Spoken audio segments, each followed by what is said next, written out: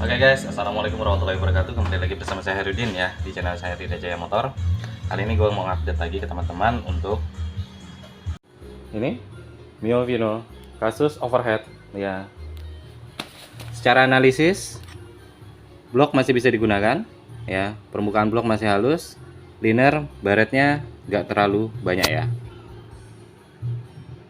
On, oke kita center. Selagi baretnya nggak terlalu parah ya, kita masih bisa gunakan blok yang lama ya teman-teman ya. Nggak perlu melakukan pergantian yang signifikan, langsung ganti ya.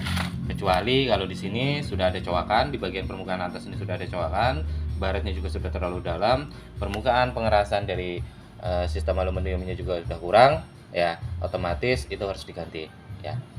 Dan yang kedua, analisa yang kedua di piston ya. Di piston terlihat piston ini hanya bergerak sedikit karena efek samping dari pembakaran ya toh. Ini pistonnya udah tak bersihkan sedikit. Di sini juga tidak ada baret ya. Ring pistonnya tak copot karena ring pistonnya akan saya ganti yang original ya. Nanti kita akan melakukan pergantian ring piston saja. Oke. Untuk ring pistonnya kita ganti yang ori dengan kode 54P ya. Yang ori dengan ukuran standar ya, tidak ada oversize ya. Oke. Untuk blockhead kita udah proses, kita sudah melakukan penyekuran. Nanti saya tunjukkan proses penyekuran seperti apa ya, untuk supaya hasilnya maksimal ya. Item-itemnya udah dibersihkan, nanti tinggal kita rakit. Oke. Nah, nanti tak kasih trik juga bagaimana caranya supaya blockhead ini ya, posisi klep ini tidak akan mudah lagi terganjal kotoran ke depan hari. Sekalipun medannya ekstrim, tetap saja kompresinya tetap terjaga. Kebanyakan yang terjadi pada seri 54P yaitu Mio J, Mio Vino ya, seri 54P itu terjadi kotoran yang mengganjal di bagian bibir klep yang mengakibatkan loss kompresi, alhasil tidak mau nyala lagi ya. Dengan analisis bahwa per ini udah mengalami kelemahan ya, jadi nggak terlalu kuat lagi nekan klep ya.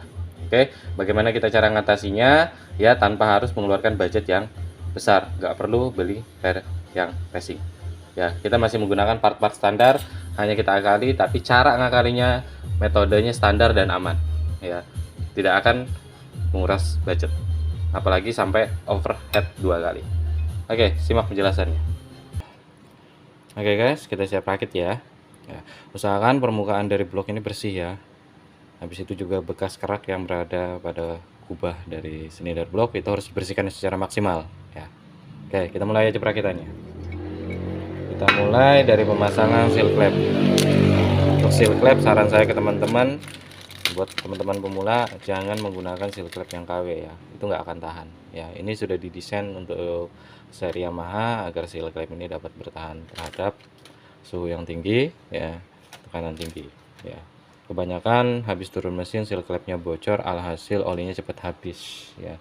Dikira masalahnya berasal daripada liner piston, ternyata seal clampnya yang bocor. Saya sambil kerja, sambil saya ngobrol, sambil saya menjelaskan ya teman-teman ya. Oke, untuk pemasangan seal clamp kita pasang, jangan ditekan dulu, intinya kita pasang center ya teman-teman ya, center.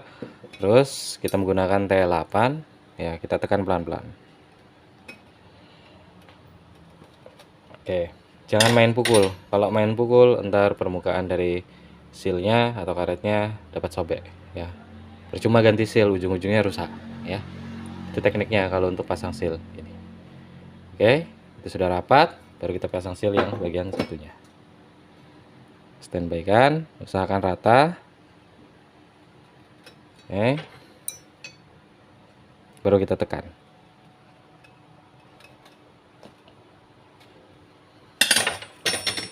Oke, rapat, masuk ya. Oke, setelah itu baru kita pasang klepnya. Untuk di klepnya jangan lupa kita kasih oli sedikit untuk di batang klepnya ya. Tujuannya supaya pada saat dia masuk, sealnya masuk ke sebagian seal itu enggak merusak permukaan dari seal ya, jadi sealnya tetap aman. Oke,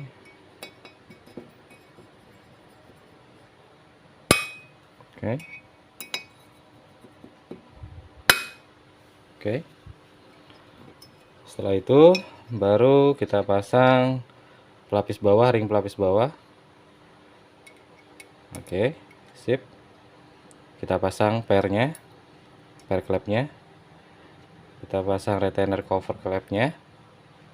Nah, terserah teman-teman kalau untuk cara masang daripada lock retainer klep atau kuku macanya, terserah mau metodenya pakai kunci 12, mau metodenya mau tonjol atau gimana, mau ditekan, terserah.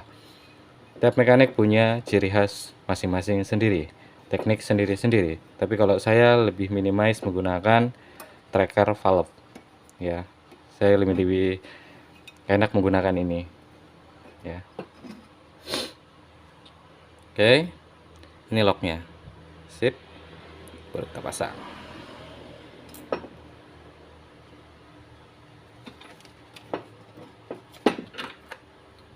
Oke, cari obeng minyak agak-agak kecil untuk ngepasin bagian daripada locknya ya. Maaf teman-teman ya, saya tidak bisa zoom sampai ke bawah. Sebenarnya kalau untuk masang kuku macan alias retainer lock klep ini sebenarnya kebiasaan aja sama kesabaran ya. Kalau pakai tool kudu kesabaran untuk ngepasinya. Kalau pakai kunci T12 terkadang ada tutorial menggunakan pakai kunci T12, bisa juga, tapi cenderung terlempar. Kalau tidak biasa, tidak prope, itu terlempar dan malah hilang locknya gitu.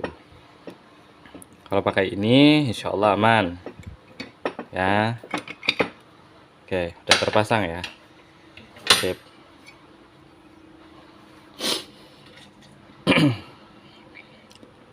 Kita pasang covernya.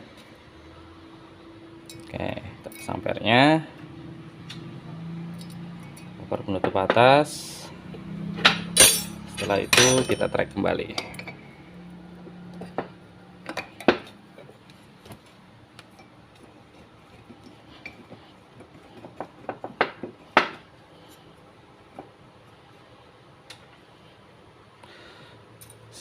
Saya sengaja untuk metode pelepasan saya tidak tutorialkan ke teman-teman. Biasanya yang paling pusing itu adalah metode untuk perakitan. Kalau pelepasan tuh semua orang bisa sebenarnya, untuk melepas area item-itemnya bisa. Yang penting udah tahu pegang kunci, udah paham lah bagaimana cara untuk membongkar. Tapi kalau item perakitan itu butuh pengalaman ya, butuh pembelajaran sebelumnya supaya paham teknik merakitnya yang benar seperti apa.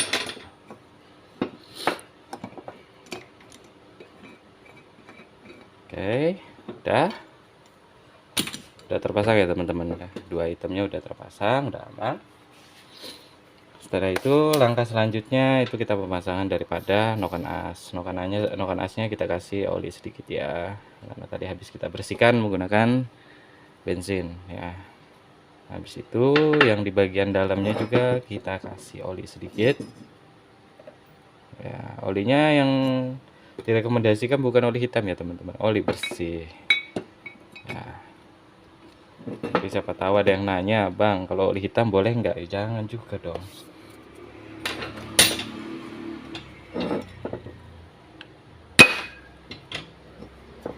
Oke, posisikan noknya bagian noknya menghadap bawah ya. Oke, setelah itu kita pasang templarnya.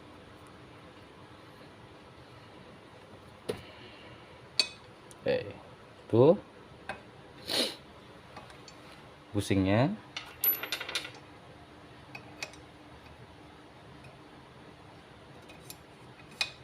Oke. Nah, pusing templar untuk bagian templar in ya. Dan posisi pemasangannya templar in dan X itu tidak ada perbedaan teman-teman ya. Tidak ada perbedaan. Jadi bisa bolak-balik. Nggak jadi masalah. Kalau kebalik nggak jadi masalah. No problem.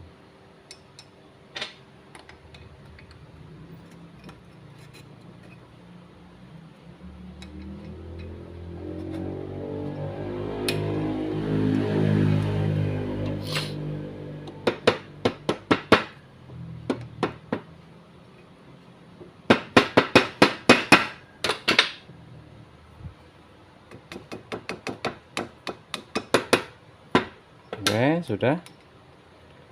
Ya, kalau untuk penyetelan klepnya jangan dilakukan posisi masih terlepas ya. Nanti kalau sudah kita lakukan perakitan, baut headnya sudah kita torsi semua ya.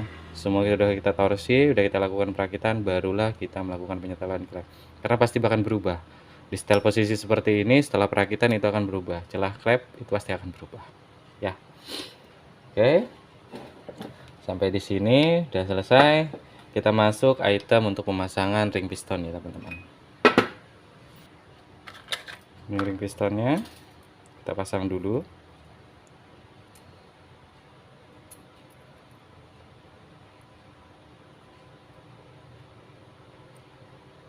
Oke.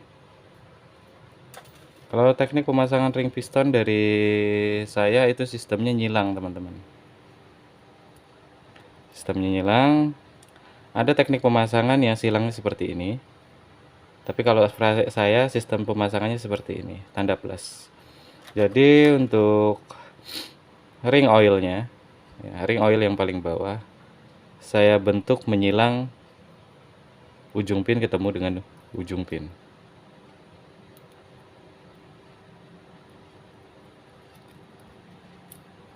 Oke. Dan untuk ring pembilasnya,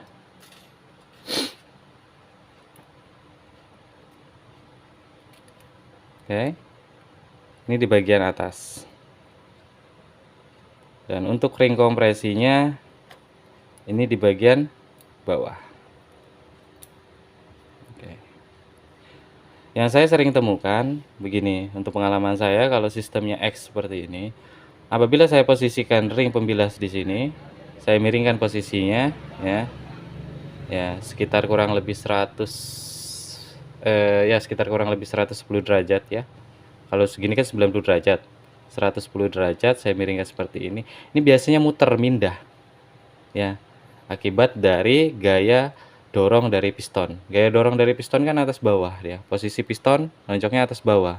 Nah, biasanya posisi ringnya mindah muter. Alhasil ada suatu ketika ring kompresi dan ring pembilas ini ketemu, disitulah terjadi kebocoran oli. Sisa oli yang ada di sini yang harusnya dibilas sempurna oleh ring pembilas ternyata masuk ke ring kompresi dan terbakar dan menyebabkan klep ini berkerak. Ya, itu yang perlu diperhatikan oleh teman-teman. Ya, itu pengalaman dari saya ya. Beda orang, beda analisa. Ya, tapi kalau saya posisinya ini pas 90 derajat dan di bagian bawah juga pas 90 derajat untuk ring pistonnya. Oke, setelah selesai kita lakukan perakitan ke unitnya. Oke sahabat, kita masuk dalam proses perakitan. Di sini kalau teman-teman tidak mau ganti packingnya ini kan dalam posisi baik-baik saja ya. Ini packing plat ya, teman-teman bisa melapisinya dengan menggunakan lem. Kalau ada analisa yang mengatakan bahwa melapisi dengan menggunakan lem dapat berpengaruh di kompresi, tidak. Ini 0, sekian mikro saja teman-teman ya. Apabila sudah masuk torsi, posisi dari permukaan lem ini tidak akan terlalu tebal dan tidak akan mempengaruhi daripada kompresi ya. Jadi nggak perlu pergantian packing. Oke.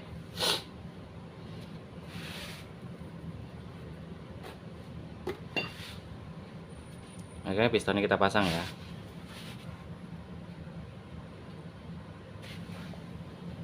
Lihat di layar teman-teman, posisi titik ini menghadap bawah ya, menghadap arah ke bagian exhaust manifold alias knalpot. Jangan sampai kebalik. Kalau kebalik ntar klep pistonnya nabrak ke bagian klep pada saat posisi klep open.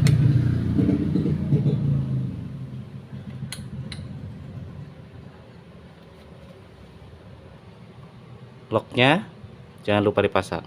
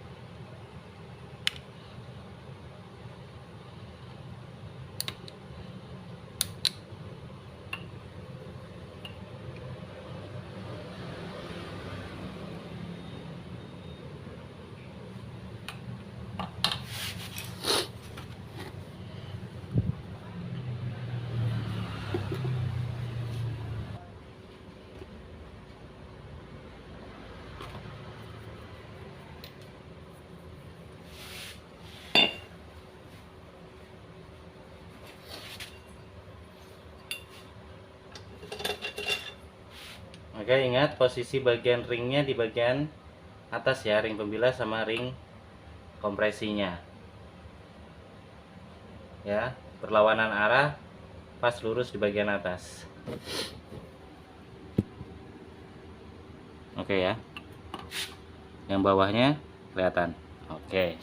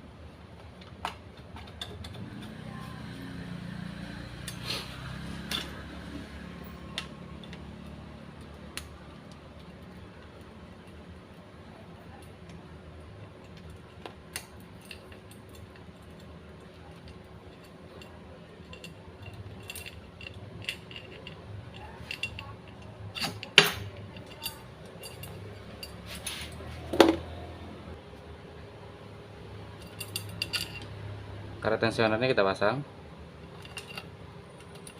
Oke.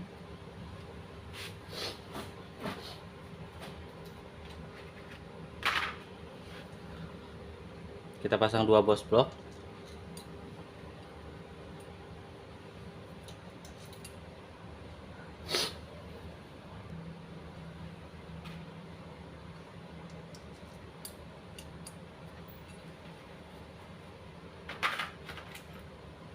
Packingnya, untuk packing atasnya saya tidak lakukan pergantian karena masih bisa digunakan, jadi saya lakukan pengeleman saja dan itu aman, 100% aman. Yang penting posisi pengelemannya jangan terlalu agresif, jangan terlalu tebal ya.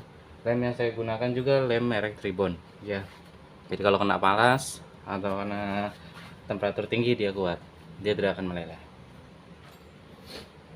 Oke, kita pasang block headnya.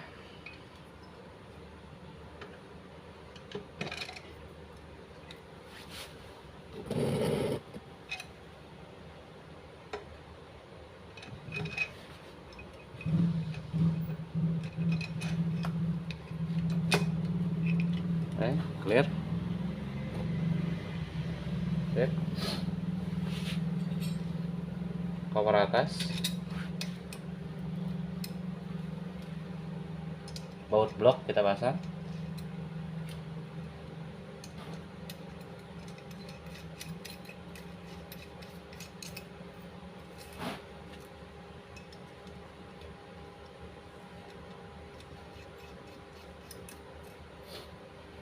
Buat L panjang.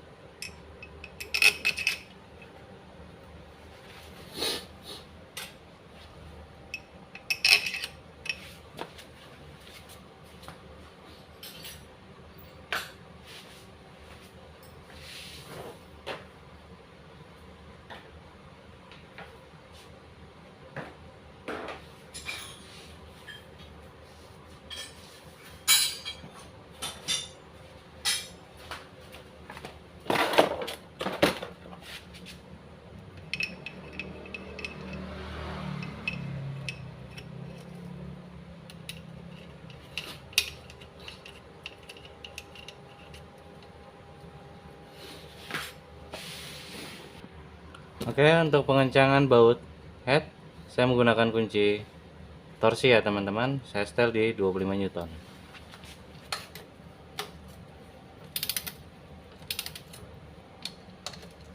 Kita kencangkan merata dulu ya.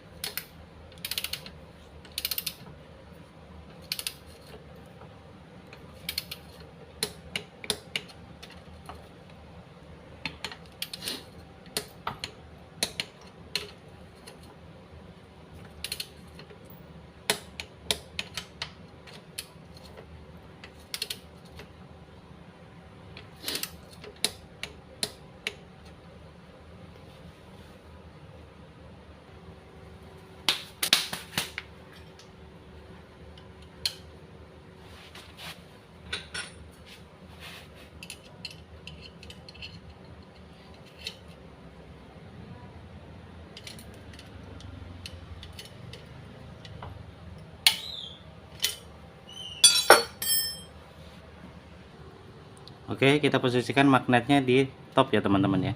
Kelihatan ya garisnya ya. Oke, posisi piston tadi waktu kita pemasangan tetap berada di bagian atas, TMA, titik mati atas ya.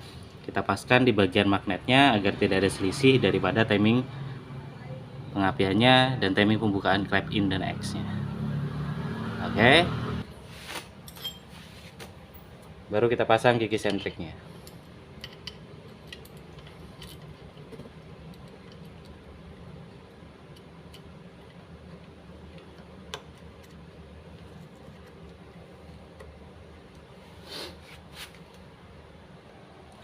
Perhatikan dengan jelas pada saat pemasangan gigi sentrik. Di sini ada garis teman-teman.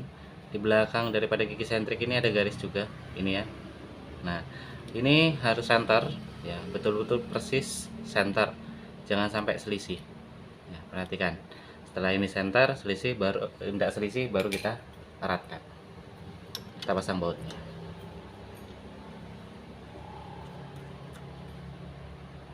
Di sini saya mengeratkan menggunakan impact ya, sambil menahan daripada kipas magnetnya.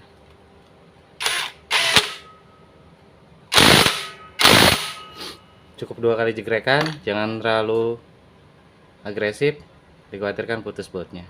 Dan kekencangan impact di ukuran 420 di setelan medium.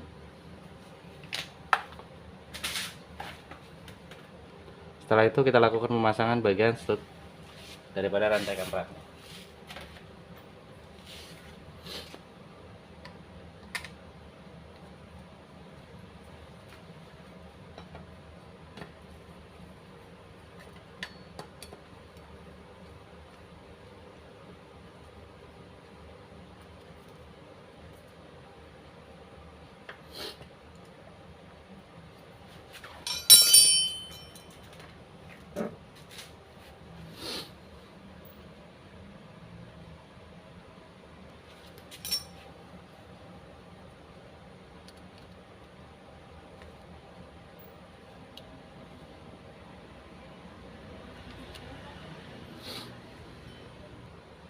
Untuk klepnya kita akan lakukan penyetelan di ukuran 0,10 mm ya, menggunakan filler kit.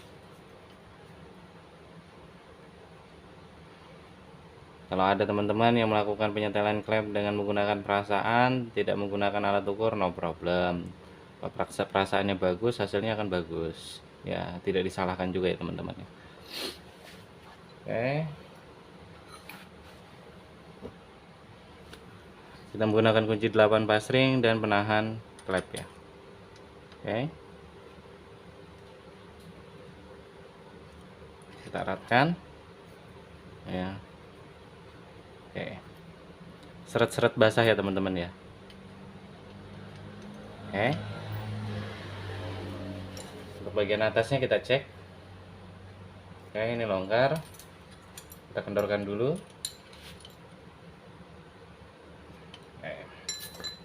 Kita pasang filler gignya, adjusternya kita putar pakai tangan aja. Oke, ini ya teman-teman ya. Oke,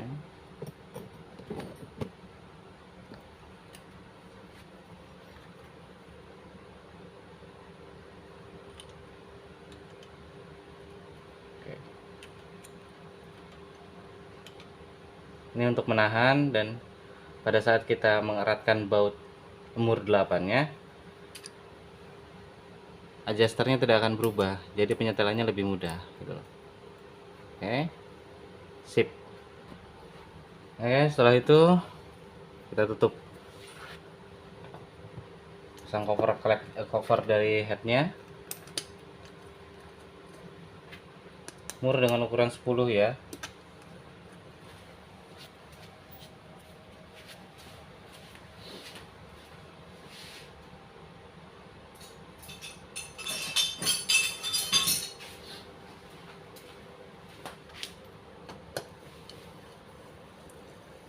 Kita eratkan bautnya menggunakan T10 secukupnya saja ya teman-teman, jangan terlalu kencang. Dikhawatirkan kalau salah pengencangan nanti bautnya bisa putus.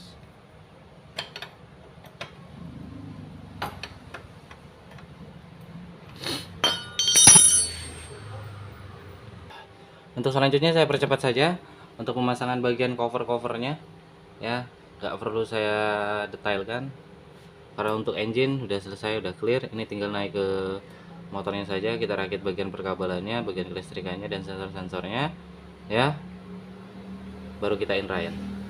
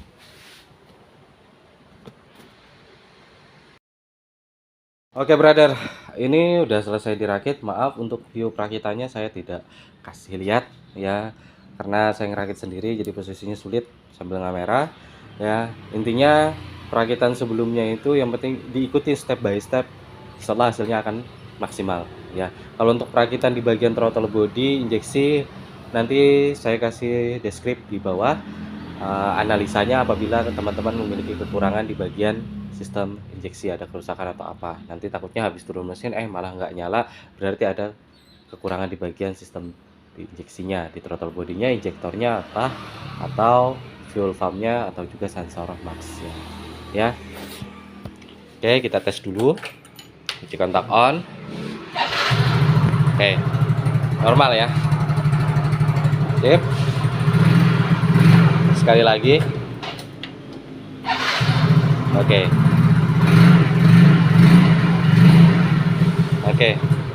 Clear, normal. Sip. Oke, mungkin itu aja dari saya. Kurang dan lebihnya saya mohon maaf. Untuk teman-teman yang mau mau lihat view-nya untuk perakitan throttle body, untuk perakitan di area injektor atau fuel pump atau sensor max, nanti tak kasih deskripsinya di bawah. Ini khusus temanya untuk mesin saja ya. Kalau untuk pemasangan kap, untuk jok saya tidak perlu kasih lihat karena teman-teman pasti paham kalau untuk itu ya. Oke, kurang dan lebihnya saya mohon maaf. Assalamualaikum warahmatullahi wabarakatuh.